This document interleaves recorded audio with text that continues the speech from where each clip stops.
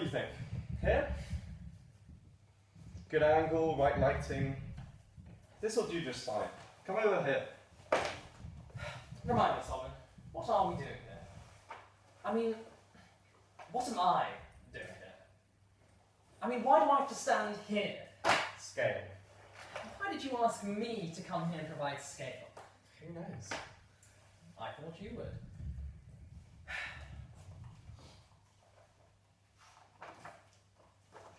What's this? What? This. Looks like a plum. It's not a plum. How do you know? Wrong texture. Try eating it. What if it's poisonous and I die?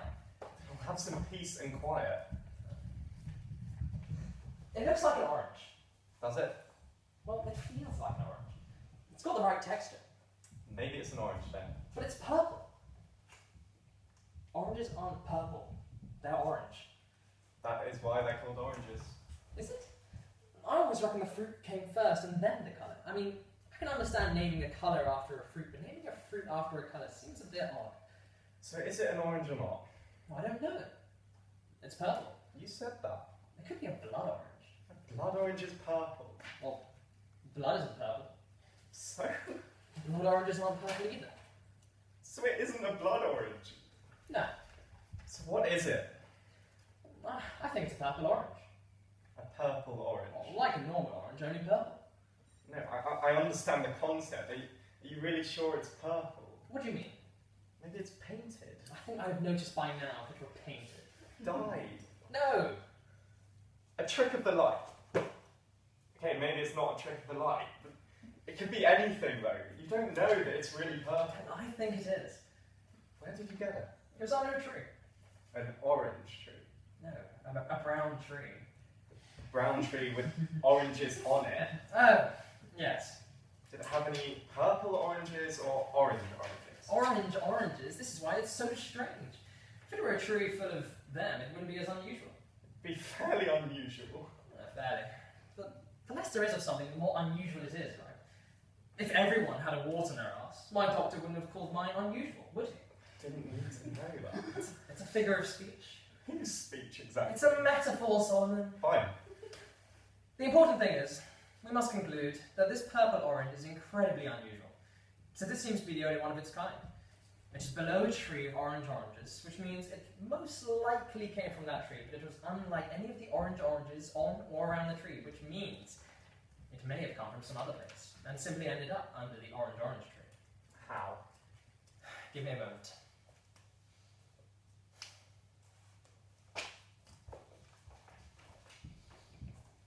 I've got it! Here are my hypotheses regarding the origin of the purple orange, presented from most to least ridiculous. You're ridiculous. Thank you. Hypothesis the first. As an elaborate practical joke, somebody took an orange from the orange tree and painted or dyed it purple so thoroughly and expertly as to fool someone of my intellectual and sensory capabilities. Not that that's particularly hard. Quite. Hypothesis the second. Some bizarre mutation caused by evolution, natural selection, or some other thing I never paid attention to in biology class, caused one orange on the tree to grow purple instead of orange. Can I have my pencil back, please? No. Hypothesis the third, and this was the real beauty. The world does not exist. What? The world does not exist. That's the least ridiculous hypothesis. Yep. How did you get there from a purple orange? It's simple, really. If the world as we know it exists in the way that we believe it to, then we can assume uniformity of nature. That is to say, if an orange tree in the field produces oranges, then all orange trees produce oranges. Of course, sometimes that's a risky assumption, as some rose bushes produce red roses, some produce white roses, some produce pink roses, etc. If we saw a red rose bush and assumed that because of uniformity of nature, all rose bushes grew red roses, we'd be incorrect. But what have rose bushes got to do with anything? However, given that we know that the majority of orange trees in the world, and not just the orange tree in this field, produce oranges, we can assume that all the orange trees in the world, even the ones we've never seen, produce orange oranges. I'm getting really sick of the word orange. On the other hand, this purple orange, seemingly produced from a tree that otherwise produces only orange oranges, may disprove uniformity of nature. And if uniformity of nature is disproved, then the world must not exist in the way that we believe it to. And if the world does not exist in the way that we believe it does, then that means it is artificial. Therefore, my hypothesis is that this purple orange, which is unlike any other orange that I, you, or anyone else in the world has seen, proves that the world does not exist. That's the biggest leap I've ever seen since I watched the Olympics. And could you try and avoid saying orange? But in what way is the world artificial? Perhaps it's all a simulation and we're plugged into enormous computers. Perhaps it's an illusion, and we are under the spell of a powerful magical entity. Perhaps we're just brains in vats, coming up with interesting scenarios as a means of enjoying ourselves while we're waiting to be taken out and experimented on. If I were enjoying myself, you wouldn't be talking so much. Whatever the case, the world being artificial means the purple-orange Orange again. is a glitch, some flaw in the code, some mistake in the spell, some hiccup in the fantasy has caused an orange It's beginning to lose its meaning. that should be an orange, Orange, orange, orange. to be, or appear to be, a purple orange rather than an orange. Stop saying orange. Citrus fruit. You're insane. That doesn't mean I'm wrong. Saying the world doesn't exist. Here, I'll explain. I understand the concept. I just don't believe that. It's like this drawing you're doing. Trying to do, you mean? By doing a drawing of the world you see around you, you are creating a new world. The world of the drawing. It may look the same as the world we're in at the moment, but it is still artificial.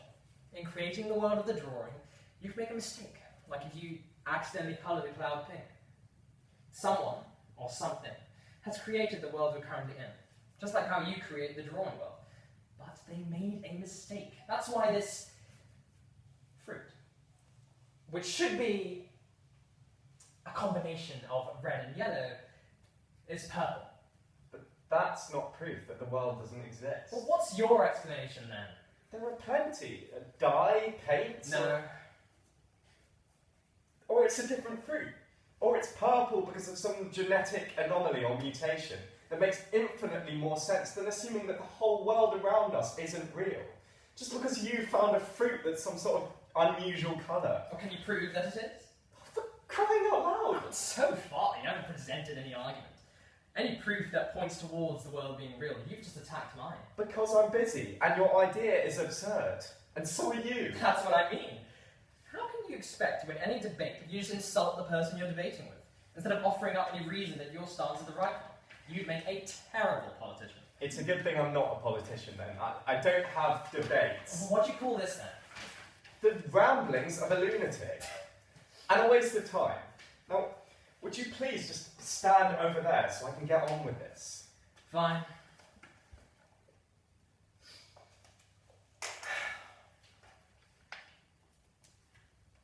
Stand still.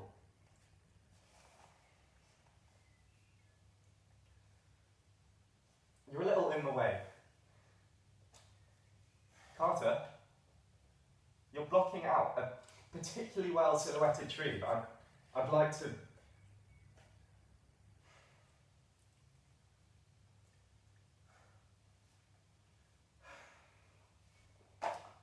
Carter.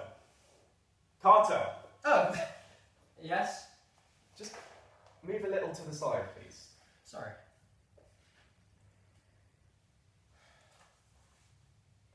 I'm going to regret asking this. What are you thinking? What? Really? Yes, really.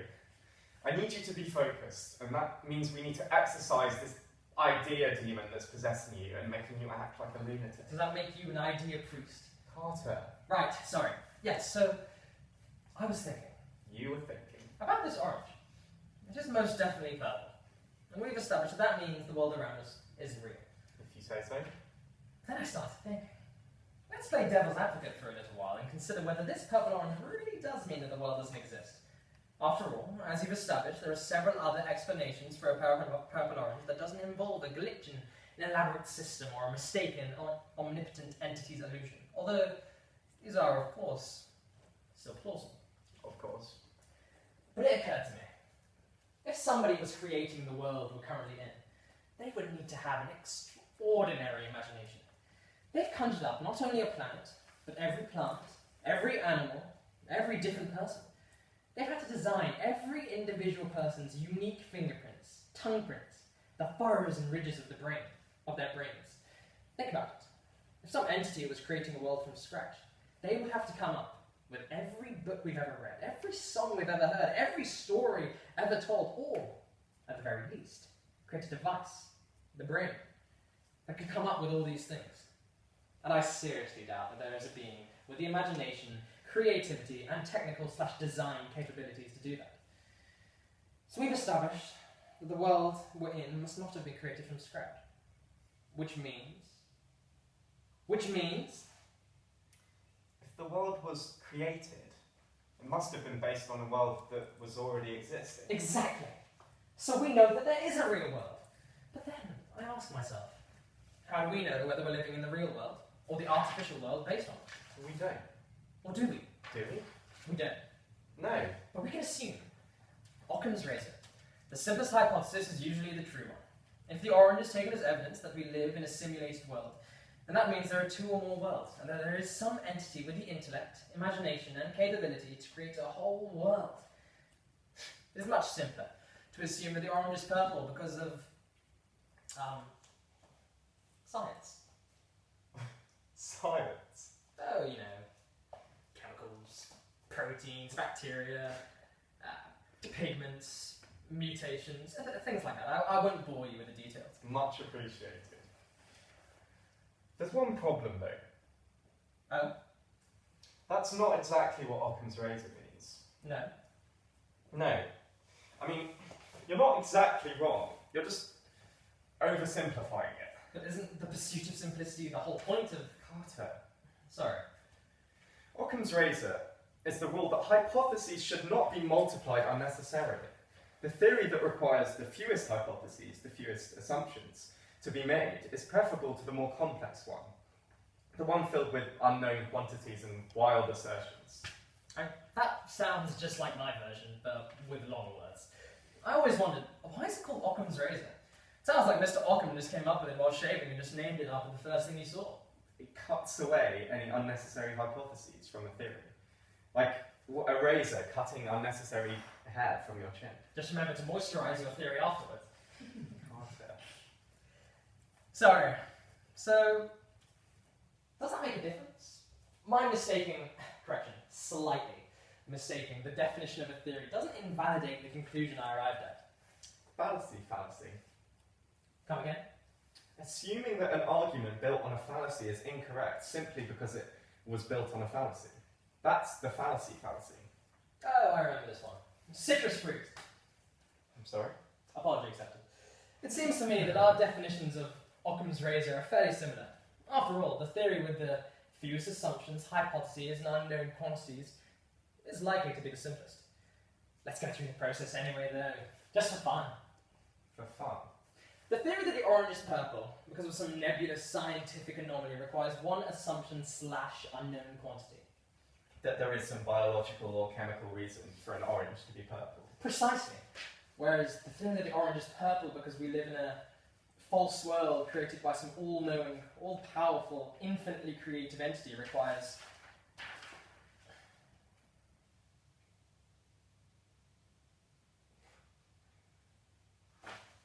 considerably more. For example, the assumption that an entity with the power to create a world exists. Far-fetched. The assumption that such an entity could make a mistake, as simple as turning an orange purple. Absurd. The assumption that this is the first mistake of its kind. Or at least the first mistake ever noticed. Ridiculous. So, going by Occam's razor, the simplest argument, And therefore the one most likely to be correct. is that this purple-orange is a result of some biological, chemical, or botanical glitch, rather than the mistake of some grand illusionist or simulation designer. So the world is real. Yes. And all this is resolved. Yes. Well, we could speculate further. But that would ultimately be futile. For all intents and purposes, We know why the orange is purple. You figured it out. We figured it out.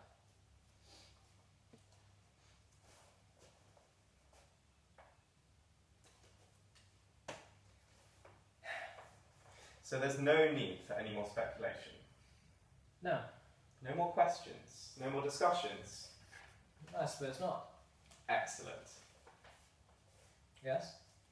In that case, would you just mind standing over there, just so I can finish my drawing? Alright. Ask for the origin back. Yeah.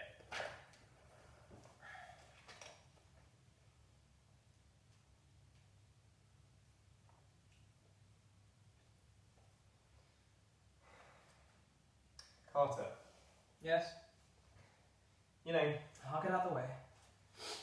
no, that's not what I meant. I realised there's something you overlooked. Is that? We've established that the world is real, Or we can assume it is. and you know that you exist. Cogito, ergo sum and all that. Of course. But what you don't know, what you can't verify, is that I exist. What? How do you know that I exist? Oh, we've been over this already. Occam's razor, fewest assumptions, simplest answer can be assumed to be correct.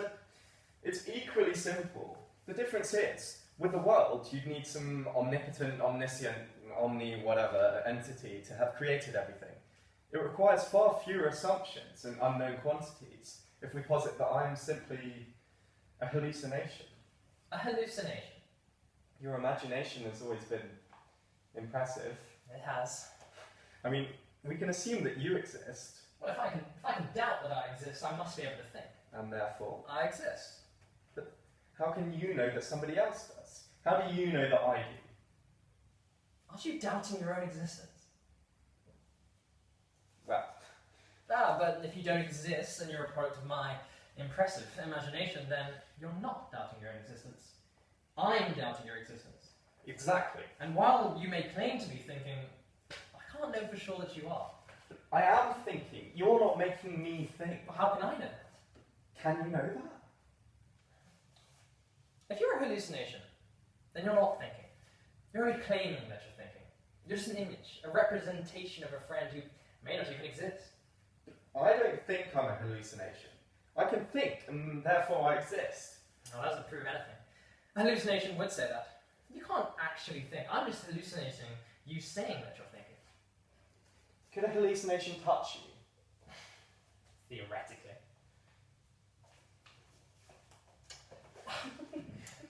Proves nothing. Doesn't it? Depending on just how sophisticated my imagination is, I could have just imagined the sensation of you flicking me. And reacted accordingly.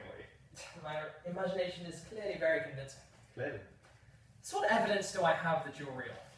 Doesn't seem like much. There's no proving that anything you do or say is the product of my imagination. Maybe not. But then, how can anyone convince anyone else that they exist? I have no proof that you aren't a hallucination. I think I exist, since I am able to doubt and am therefore able to think, but you said that too, and I can't prove whether or not you were telling the truth. How do I know you're not? Maybe I'm your hallucination. Your imagination has always been a bit pedestrian. Thanks. You're welcome, but there's no proof that you haven't imagined an intelligent, attractive, and modest friend to stand in the fields with you. Perhaps I'm not really having these thoughts. Anything I say could be your auditory hallucination. I may not think I am, but if you became convinced that I was a product of your imagination, there's nothing I could do to dispel that conviction. Maybe you are a hallucination. I'm not. I can't be. I'm thinking after all. I think I'm real, therefore I can think, therefore I'm real. But would I know if I were a hallucination?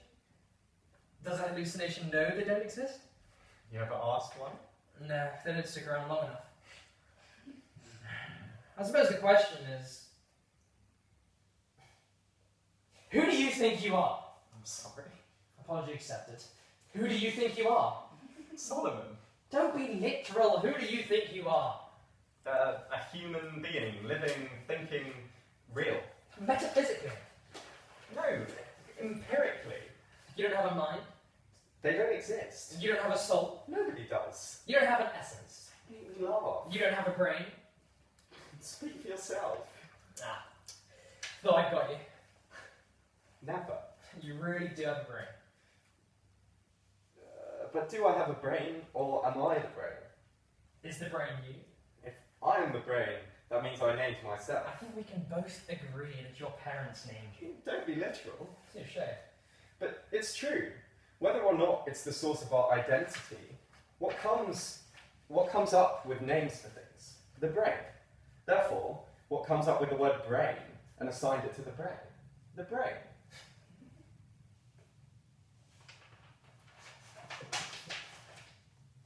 Citrus fruit. So you think the brain is where our identity comes from? Where else would it be? The soul? That doesn't exist. How do you know? If there was a soul, you'd think someone would have found it by now. Maybe it's just you who doesn't have one. Carter. Sorry. I just mean, you'd think that something so integral to our essence, as you put it, would be a tangible part of our body. No matter how many dead bodies we cut open, we've never found a soul. Or maybe only living people have a soul. Maybe it leaves the body after we die. That's why nobody's ever found one. I see you're getting into biology now. Yeah, thanks to you. Anyway, nobody's saying the soul has to be something physical. It's an abstract concept, but that doesn't mean it doesn't exist. Technically it does. You don't think abstract concepts exist? Not really, no. But what about... Nobody's ever seen it, heard it, smelled it, touched it, tasted it. Therefore it has no physical form. No physical form, no physical presence, no physical existence. Therefore no existence at all. So no abstract concepts exist at all. None. What about love? Doesn't exist. Ah, you're just jealous. What? How about happiness? You think happiness exists? I felt it. Alright, show it to me. Show me happiness.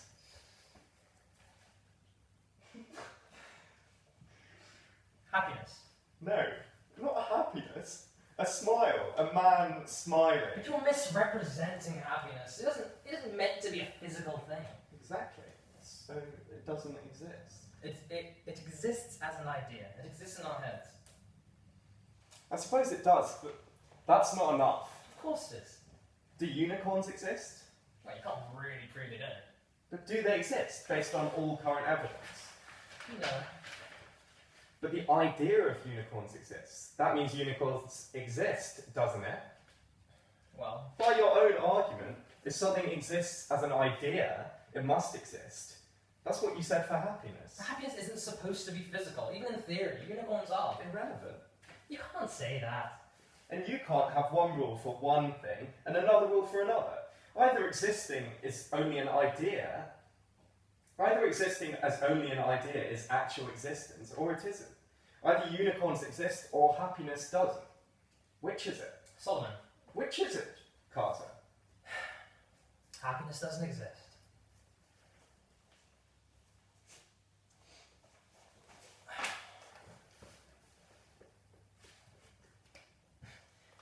I will make you change your definition of existence. You're welcome to try.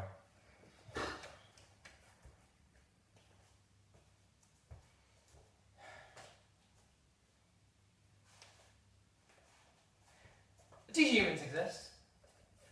Yes. Are you sure? Absolutely. I am one. I'm talking to one. You're absolutely certain that human beings exist? Of course. They have a physical form and a physical presence. They have a physical existence. What are you getting at? What about shapes? Say triangles. Do they exist? Yes. No. I disagree. On what grounds? They have physical form, physical presence. You see, triangle. There is one in reserved. Sorry. I don't think it's on. You see, triangle. That's my sandwich. Answer the question. Can I have my sandwich back? Answer the question, Solomon. It's a triangle.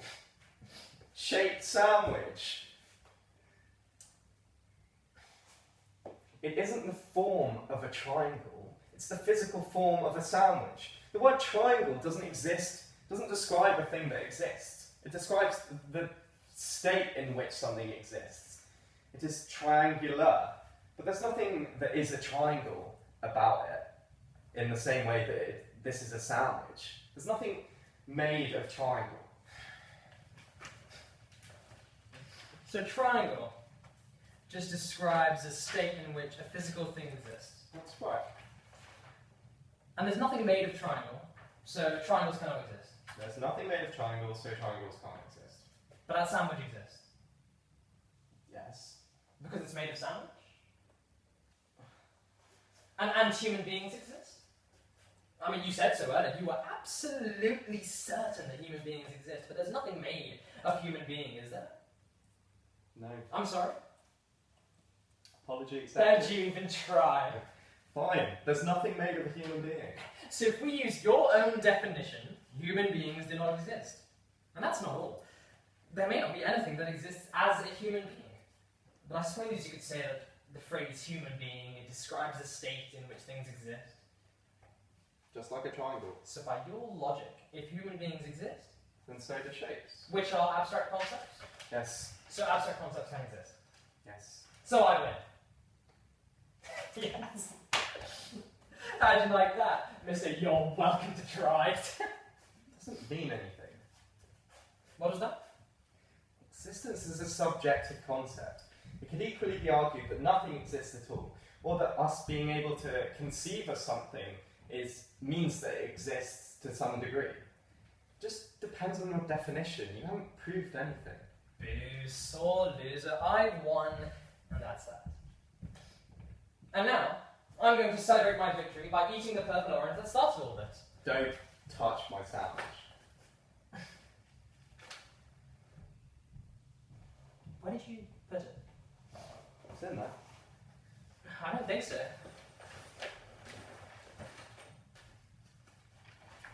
You know you're going to have to pick all this stuff up. He's meant to be taking stuff out of the bag. Where is it? I definitely put it in there. I definitely saw you put it in there. So where is it? I don't know, Solomon. Let me look. Nothing. Nothing. Nothing. I'm sure it was there. It must have been. We had a whole discussion about it. Well, you did. We have to assume that something happened to it in the time between you putting it in the bag and now. But what? Someone stole it.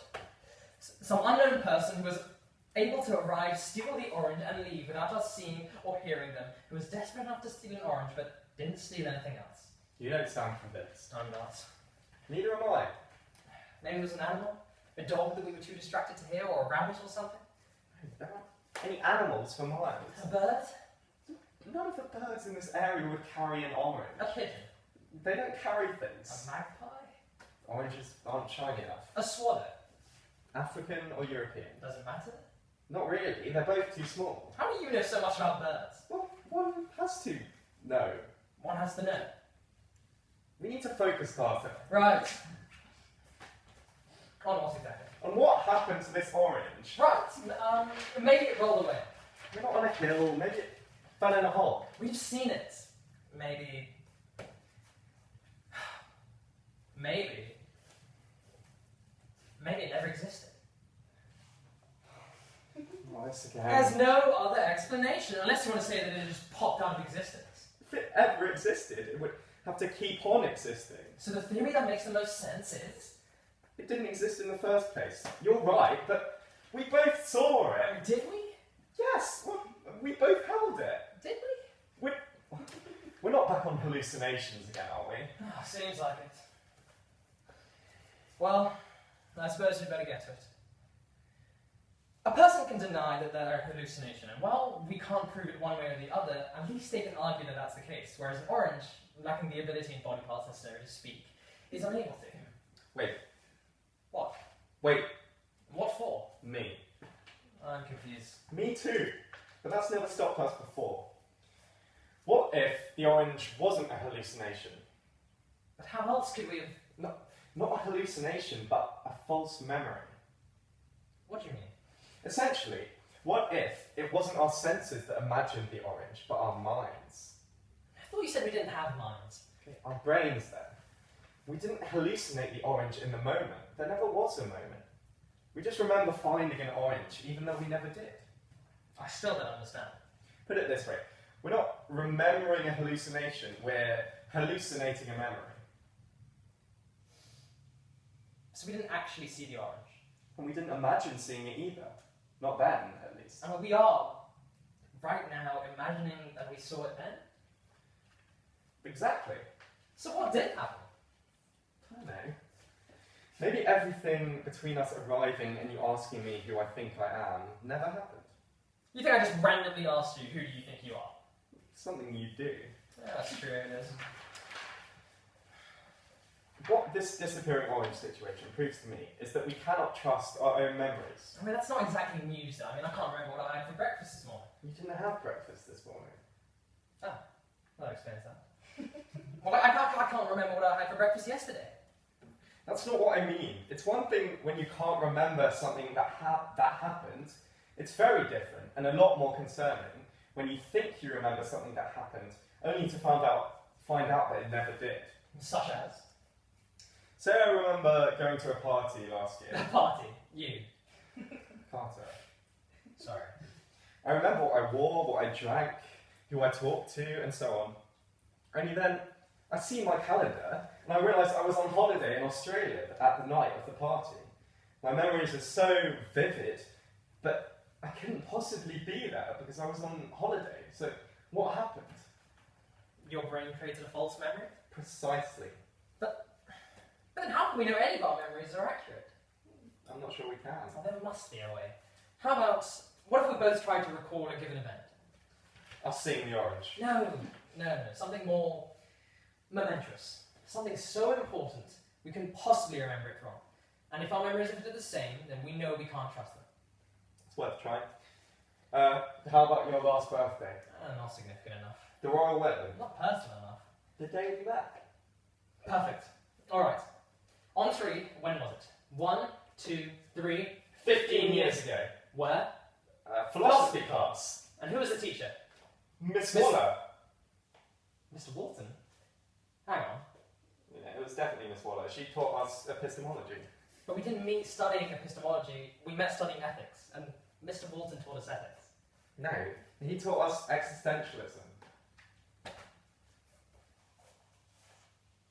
Our memories aren't the same. Hang on, Carter. No, we can't trust them. We can't know that we remember what actually happened. No, calm down. It's not like we could have known that either way. What do you mean? The two of us having the same memory of a particular event wouldn't prove anything, no matter how significant it was. We could both be remembering wrong. Say we both agreed that our theology teacher was Mr. Walton, but then we found our books and we discovered that it was Miss Waller. Just because my memories agree with yours doesn't mean we can trust either of them. But then how can we know the past? Our memories clearly aren't sufficient, so what can we rely on? Photographs, old documents, history books? None of them, really. I don't think we can know the past at all.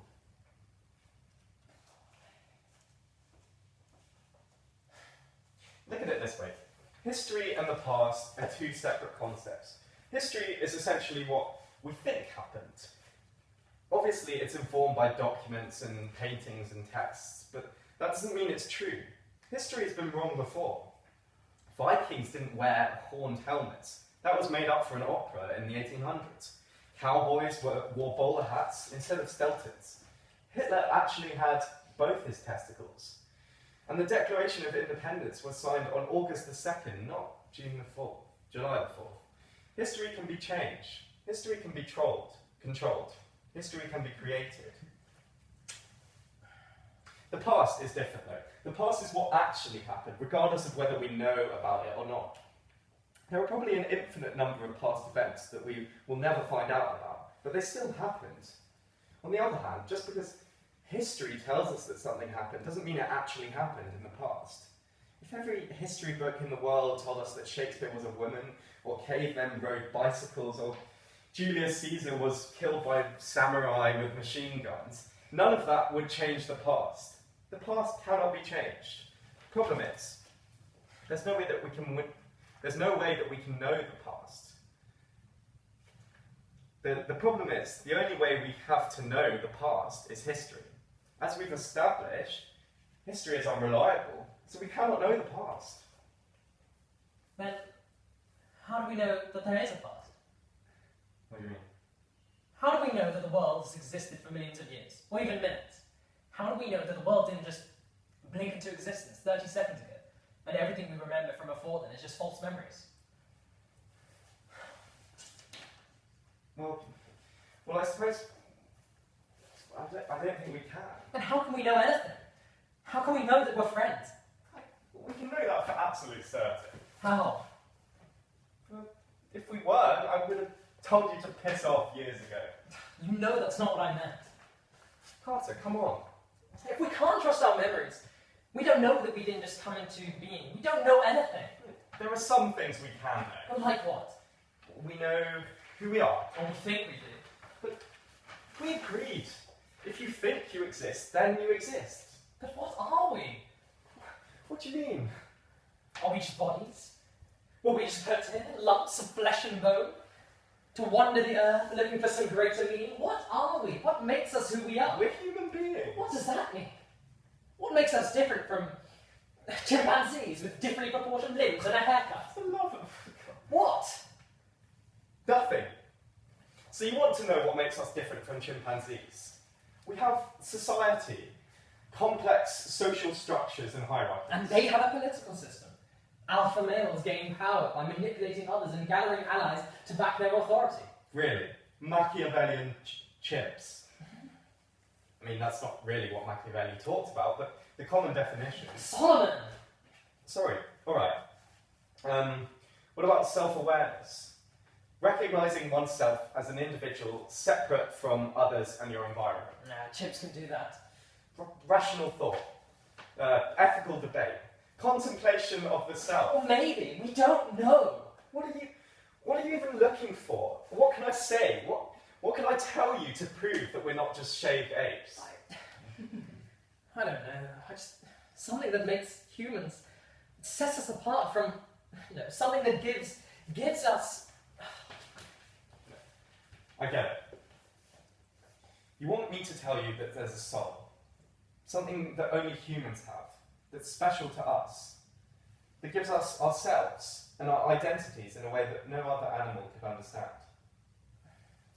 Well, I can't. I'm sorry. The concept of the soul is just, it doesn't make sense. I mean, this is something that's not in the body, not in the mind, but somehow dictates our personalities and our identities. You want me to believe that who we are is decided by some metaphysical spirit? Then what are they decided by? What are they dictated by? What gives us our personalities, our identities? What makes us who we are? What, Solomon? The mind, the brain. So it's all in the brain. Your identity comes from little bits of electricity going back and forth inside your head. Do you have an alternative? I don't know!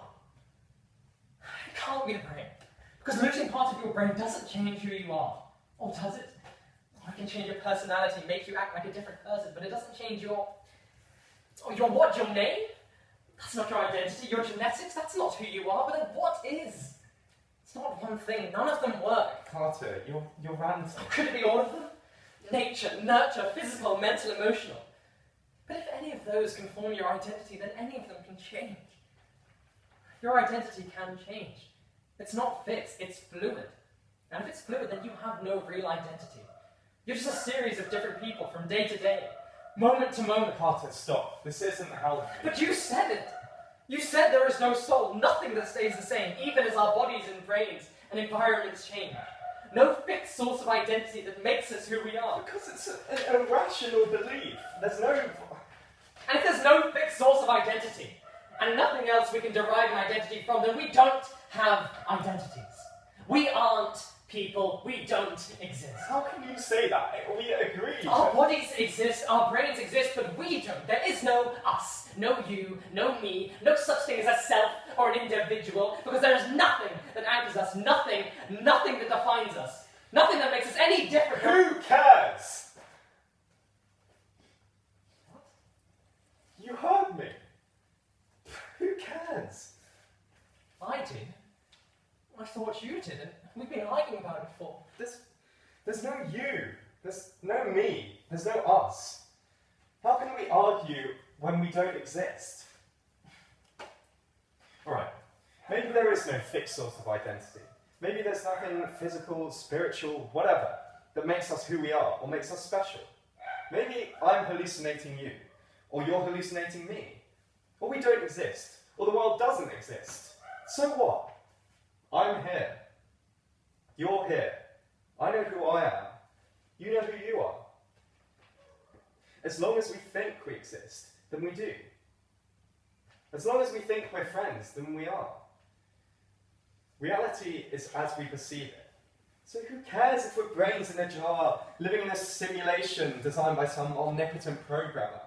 Who cares if the world was brought into existence 5 minutes ago, and everything before is just a bunch of false memories we've conjured up? Here now, we are friends. I am me, you are you, and we are here. Yes, people are curious by nature, and we want to know where we came from, what our purpose is, why there's a little voice in our head that tells us murder is wrong. We're curious, so we ask questions. But the world is. The world is a skyscraper, and if you start removing each brick to find out how the skyscraper was built, eventually it will all come tumbling down and bury us in the rubble. It can start anywhere with anything. A purple orange. A purple orange. You find a purple orange and try and figure out where it came from. And the next thing you know, you're having a nervous breakdown because you don't know what makes humans separate from apes. People ask these questions because they're curious. That's what we do. But we can't let them consume us. Otherwise, we'll end up ranting on like a pair of lunatics. Paralysed with doubt and uncertainty, not sure whether we're seeing or hearing, whether what we're seeing or hearing is real. Sure, the world around us is big and confusing. If we want to understand it, then we have to ask the big questions. But that doesn't mean we should drive ourselves crazy, trying to make sense of our largely nonsensical experience. Life is full of big questions, and maybe someday we'll find out the answers. But for today, let's just be happy with what we know. We know that we exist. We know who we are. We know that we're friends.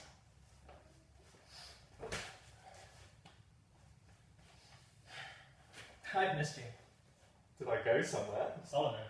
Potter. Well, I'm bored. Do you want to go home? Sure, let's go home. Right. You get going. It'll just take me a minute to pack up my things. Wait, what about your drawing? You never got to finish it. Don't worry about it. Go on. I'll catch you up.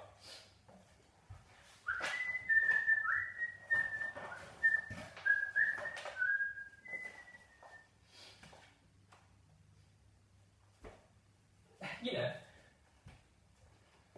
I think I figured it out. I'm sorry. Apology accepted. I think I figured out where the purple orange came from.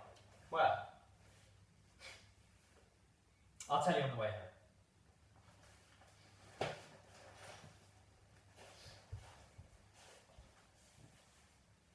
The end.